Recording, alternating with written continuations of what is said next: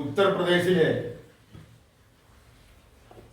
ഒരു ആൾദൈവം, ആ പേര് തന്നെ മീഡിയകളും എല്ലാം ഉപയോഗിച്ച സാഹചര്യത്തിൽ ആ പേര് തന്നെ ഇവിടെ ഉപയോഗിക്കുന്നു.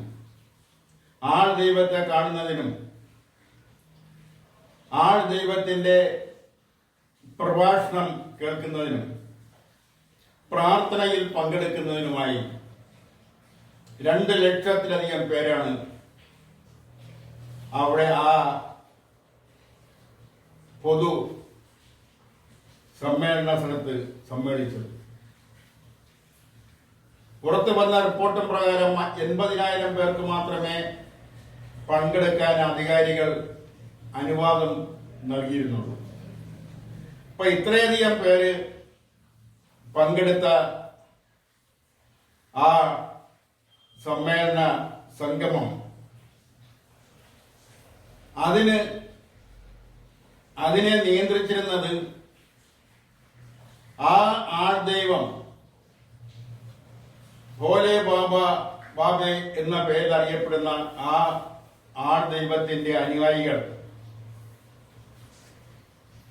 അവരുടെ പ്രവർത്തകർ, അതുപോലുള്ള മറ്റ് ആവശ്യങ്ങളുമായി ചുറ്റും കൂടിയവർ തന്നെയാണ് ഈ ആൾക്കൂട്ടത്തെ നിയന്ത്രിച്ചത്. ആൾക്കൂട്ടത്തെ നിയന്ത്രിക്കുന്ന കാര്യത്തിൽ ഭരണകൂടത്തിനോ അല്ലെങ്കിൽ അതുമായി ബന്ധപ്പെട്ട ഉദ്യോഗസ്ഥർക്കോ യാതൊരു പങ്കുമില്ലാതെ പോയി. അപ്പോൾ പ്രതീക്ഷിച്ചതിന് വിരുദ്ധമായിട്ടാണ് ഇത്രയധികം ജനങ്ങൾ തടിച്ചുകൂടിയത്. അവർ തടിച്ചുകൂടിയ എന്തിനെന്ന് ചോദിച്ചാൽ അതൊരു വിശ്വാസത്തിന്റെ ഭാഗമാണ് എന്ന് പറയാനാവില്ല. അതൊരു അന്ധവിശ്വാസത്തിന്റെ ഭാഗമായിട്ടാണ് തടിച്ചുകൂടിയത് എന്ന് പറയുന്നതായിരിക്കും ശരി. ആ അന്ധവിശ്വാസത്തിന്റെ ഭാഗമായിട്ടാണ് ആ ആൾ ദൈവത്തെ കാണുന്നതിനും അനുഗ്രഹങ്ങൾ വാങ്ങുന്നതിനും പ്രാർത്ഥനകൾ ശ്രമിക്കുന്നതിനും പ്രഭാഷണങ്ങൾ ശ്രമിക്കുന്നതിനുമായി തടിച്ചുകൂടിയത്.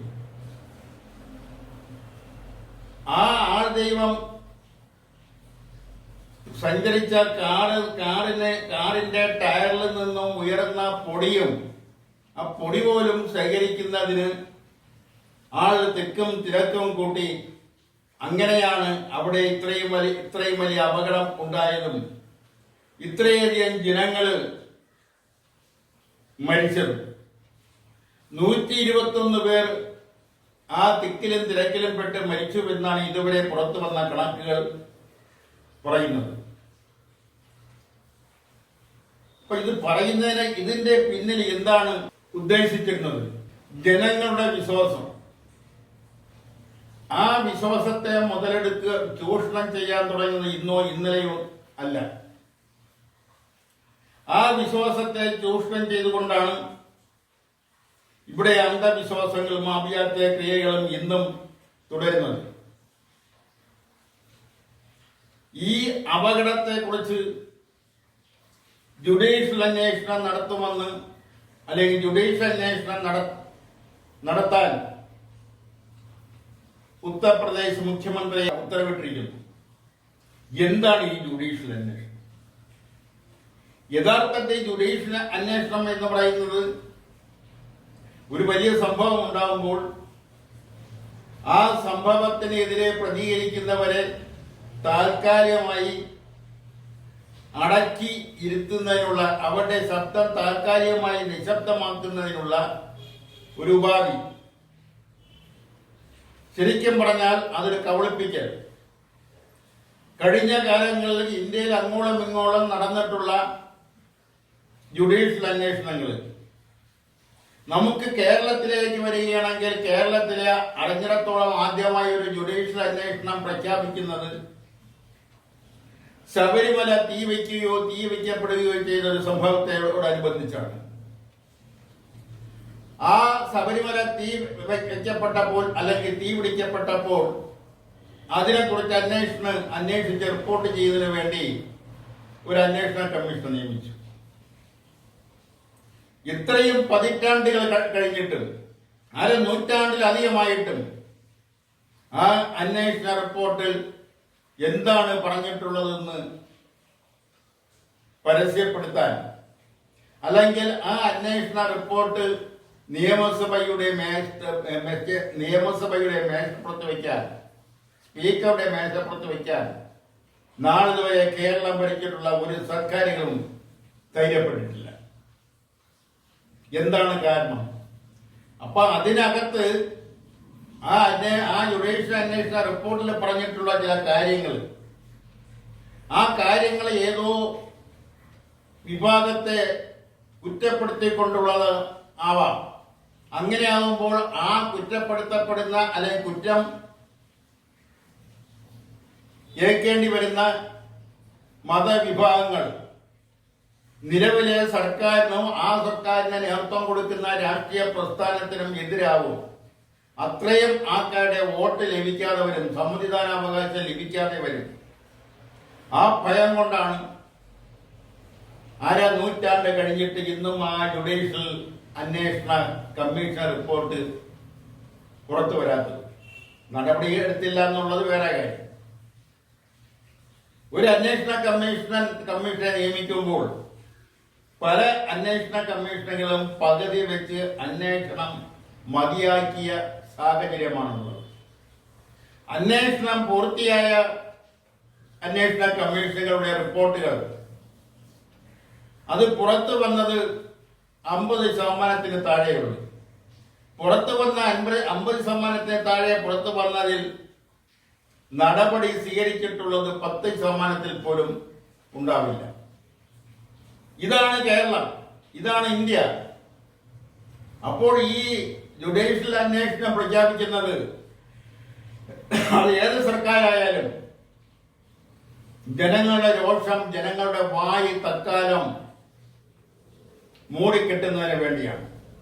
അല്ലാതെ അതിന്റെ പേരിൽ ശക്തമായ സുതാര്യമായ ഒരു നടപടിയിലേക്കും പോകണമെന്നുള്ള താല്പര്യം കൊണ്ടല്ല. എന്തുകൊണ്ടാണ് ഈ അന്ധവിശ്വാസം വളർന്നു വരുന്നതിനുണ്ടായ പ്രധാനപ്പെട്ട കാരണം? ഒരു നൂറ്റാണ്ടിന് മുമ്പ് ഇല്ലാതാക്കിയ അന്ധവിശ്വാസങ്ങൾ പലതും പൂർവാദ്യം ശക്തിയോടെ തിരിച്ചു വന്നിരിക്കുന്നു, പ്രത്യേകിച്ചും കേരളം പോലുള്ള സംസ്ഥാനങ്ങൾ. എന്താണ് അതിന്റെ കേരളത്തിൽ എന്താണ് ഇത്രയധികം അന്ധവിശ്വാസങ്ങളും ആഭിജാത്യ ക്രിയകളും വർദ്ധിക്കാനുണ്ടായ കാരണം? കേരളം ലോകത്തിന്റെ മുന്നിൽ തലകുലിച്ച ഒരു സംഭവമാണ് പത്തനംതിട്ട ജില്ലയിൽ നടന്ന നരബലി, മനുഷ്യനെ ബലി കൊടുത്ത സംഭവം.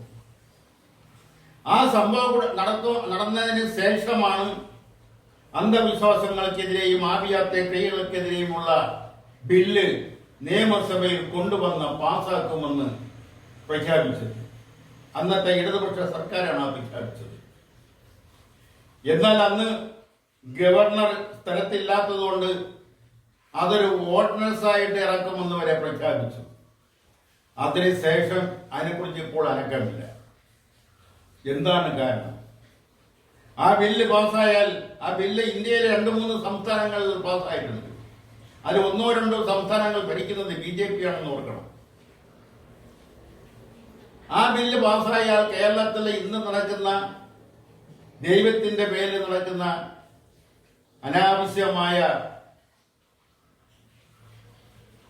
വിശ്വാസ പ്രചരണങ്ങളിൽ ദൈവം രോഗമില്ലാതാക്കും, അതുപോലുള്ള കാര്യങ്ങൾ ദൈവം ഇല്ലാതാക്കും, അതിലെ പ്രാർത്ഥന അടക്കമുള്ള ക്രിയകൾ നടത്തുന്നതെല്ലാം നിരോധിക്കപ്പെടേണ്ടി വരും. ഒരു പരിധിവരെ ജ്യോതിഷം നിരോധിക്കപ്പെടേണ്ടി വരും. ആ ജ്യോതിഷം നിരോധിക്കപ്പെടുന്ന ശാസ്ത്രീയമായ ജ്യോതിഷം നടത്തുന്നതിനൊന്നും നിരോധിക്കപ്പെടില്ല. അല്ലാതെ കബളിപ്പിക്കലിന്റെ ഭാഗമായി നടത്തുന്നതെല്ലാം നിരോധിക്കപ്പെടും. ജനങ്ങളെ കബളിപ്പിക്കുന്നതിന്റെ ഭാഗമായിട്ട് ജനങ്ങളെ അന്ധവിശ്വാസത്തിലേക്ക് വലിച്ചിഴച്ചു കൊണ്ടുപോകുന്ന പ്രവൃത്തികളെല്ലാം നിരോധിക്കേണ്ടി വരും. ഇത് പറയുമ്പോഴാണ് കഴിഞ്ഞ ദിവസം ടെലിവിഷൻ ചാനലിലേക്ക് ഒരു ചിത്രത്തോടു കൂടിയുള്ള വാർത്ത വന്നത്. ആ വാർത്തയിൽ കേരളത്തിലെ കോൺഗ്രസ് അധ്യക്ഷൻ KPCC പ്രസിഡന്റ് ശ്രീ K. സുധാകരന്റെ വീട്ടിൽ ആരോ കൂടോത്രം ചെയ്തിരിക്കുന്നു. ആ കൂടോത്രം ചെയ്തതിലുള്ള മെറ്റീരിയൽസ് എല്ലാം ആ ടി വിയുടെ മുന്നിൽ എടുത്ത് കാണിക്കുകയും ചെയ്യുന്നു. കോൺഗ്രസിന്റെ അധ്യക്ഷനാണ്, സംസ്ഥാന പ്രസിഡന്റാണ്, KPCC പ്രസിഡന്റാണ് ശ്രീ കെ സുധാകരൻ. മിസ്റ്റർ സുധാകരൻ, നിങ്ങളോട് ചോദിക്കാനുള്ളത്, പറയാനുള്ളത്, സി കേശവനും AK ആന്റണിയും കേരളത്തിന്റെ PCC പ്രസിഡന്റായിരുന്നിട്ടുണ്ട്, കോൺഗ്രസിന്റെ സംസ്ഥാന അധ്യക്ഷനായിരുന്നിട്ടുണ്ട്. ആ സി കേശവൻ ആരായിരുന്നുവെന്നും AK ആന്റണി ഇന്നും ജീവിച്ചിരിപ്പുണ്ടല്ലോ, AK ആന്റണി ആരായിരുന്നുവെന്നും മറ്റവരുടെ പ്രവർത്തനങ്ങൾ എന്തായിരുന്നുവെന്നും നിങ്ങൾ പഠിക്കണം. അവർ എന്തുമാത്രം അന്ധവിശ്വാസങ്ങൾക്കെതിരെ നിലനിന്നു എന്നുള്ളതും നിങ്ങൾ പഠിക്കണം. അതുപോലെ തന്നെ നിങ്ങളുടെ ദേശീയ നേതാവായിരുന്ന ശ്രീ ജവഹർലാൽ നെഹ്റു, ശ്രീ രാജീവ് ഗാന്ധി, അവരുടെ എല്ലാം കാഴ്ചപ്പാട് എന്തായിരുന്നുവെന്നും അന്ധവിശ്വാസങ്ങൾക്കെതിരെ അവരെടുത്തിട്ടുള്ള തീരുമാനങ്ങൾ, പ്രവർത്തികൾ എന്തെല്ലാമാണെന്ന് നിങ്ങൾ പഠിക്കണം. അതല്ലാതെ പുരോഗമനപരമായ ആശയങ്ങളാണ് ഞങ്ങൾ വഹിക്കുന്നതെന്ന് കോൺഗ്രസ്സുകാരോട് പ്രസംഗിച്ചിട്ട് അന്ധവിശ്വാസങ്ങളെ ഒരു വശത്ത് ഊട്ടി വളർത്തുന്നത് കൊണ്ട് അതിൽ എന്താണ് സത്യസന്ധത? പുരോഗമന ആശയവുമായി മുന്നോട്ട് വരുന്ന പുതിയ തലമുറയിലെ അല്ലെങ്കിൽ ഇടത്തരം തലമുറയിലെ പ്രവർത്തകരെ നിങ്ങൾക്ക് എങ്ങനെ പുരോഗമനപരമായ വഴിയിലൂടെ നയിച്ചുകൊണ്ട് പോകാനാവും? ഇതെല്ലാം കാണുമ്പോഴും കേൾക്കുമ്പോഴും കേരളത്തിന്റെ സാംസ്കാരിക കേരളം, രാഷ്ട്രീയ കേരളം, പുരോഗമന ആശയങ്ങൾ മാത്രം പ്രചരിപ്പിച്ച് തഴമ്പിച്ച കോൺഗ്രസിന്റെ പഴയകാല നേതാക്കള്, സാംസ്കാരിക നേതാക്കള്, അവരെല്ലാം ഇപ്പോഴുണ്ടായിരുന്നുവെങ്കിൽ അവരെല്ലാം അറിയാതെ നിലവിളിച്ചു പോയേനെ. അപ്പൊ ഇത്തരം പിന്തിരിപ്പൻ ആശയങ്ങള് ജനങ്ങളുടെ ഇടയിലെ ശാസ്ത്രീയ ബോധം വളർത്തുന്നതിന് പകരം അവരുടെ അന്ധവിശ്വാസങ്ങള്